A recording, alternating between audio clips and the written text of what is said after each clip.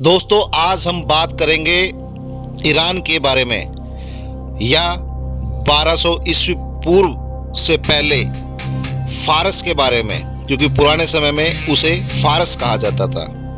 प्राचीन काल में ईरान में कई स्थानीय और आदिवासी धार्मिक विश्वास के लोग रहते थे, जैसे कि प्रोटो ईरानी, जिनको हम इंडो ईरानी भी कह देते हैं, धर्म और पूर्व की कुछ परंपराएं, जिसके अक्षय प्रमाण आज भी हम वहां पाते हैं। बाद में लगभग 1200 ईस्वी पूर्व या उससे भी पुराने समय में जोरोस्ट्रियनिज्म की धर्म का उदय हुआ।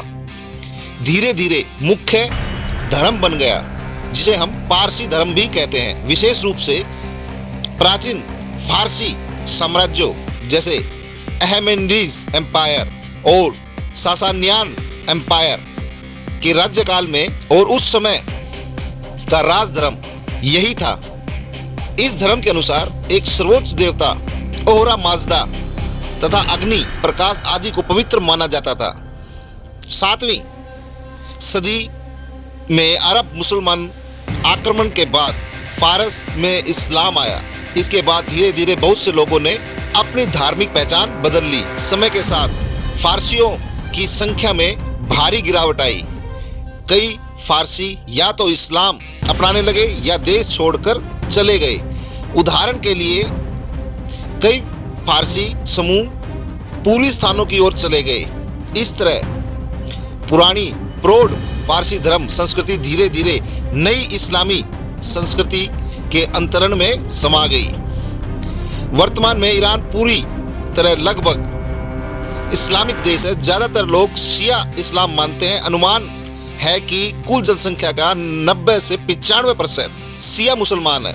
इसके अलावा इस्लाम का अन्य प्रमुख रूप सुन्नी इस्लाम भी कुछ मात्रा में मौजूद है। 5 से 10% लोग सुन्नी हैं वहां पर।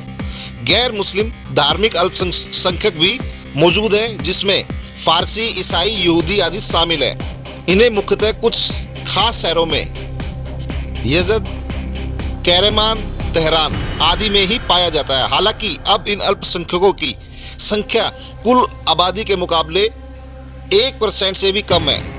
ऐसा मुख्य रूप से इस्लामी आक्रमणकारी और बाद की सामाजिक राजनीतिक स्थितियों के कारण हुआ, जिसमें धर्मांतरण और कभी कभी दबाव या सामाजिक असुविधाएं शामिल रही। इससे प्राचीन फारसी धर्म, जिसे जोरोस्ट्रियनिज्म कहते थे, मुख्यतः ये घट गया और धीरे धीरे ये घटता ही चला गया। दूसरी ओर इस्लाम, विशेष रूप से शिया इस्लाम, धीरे धीरे पूरी आबादी में तब्दील हो गया और आज यह देश की प्रमुख धार्मिक पहचान बन चुका है। और ईरान पारसी देश से मुस्लिम देश पूरी तरीके से बन चुका है। आज इस्लामिक मुल्कों में ही ईरान की गिनती होती है। गरीब, भूखे, लाचार, अपंग और कपड़े से विहीन लोगों की सेवा के लिए आप दान कर सकते हैं स्कैनर के ऊपर।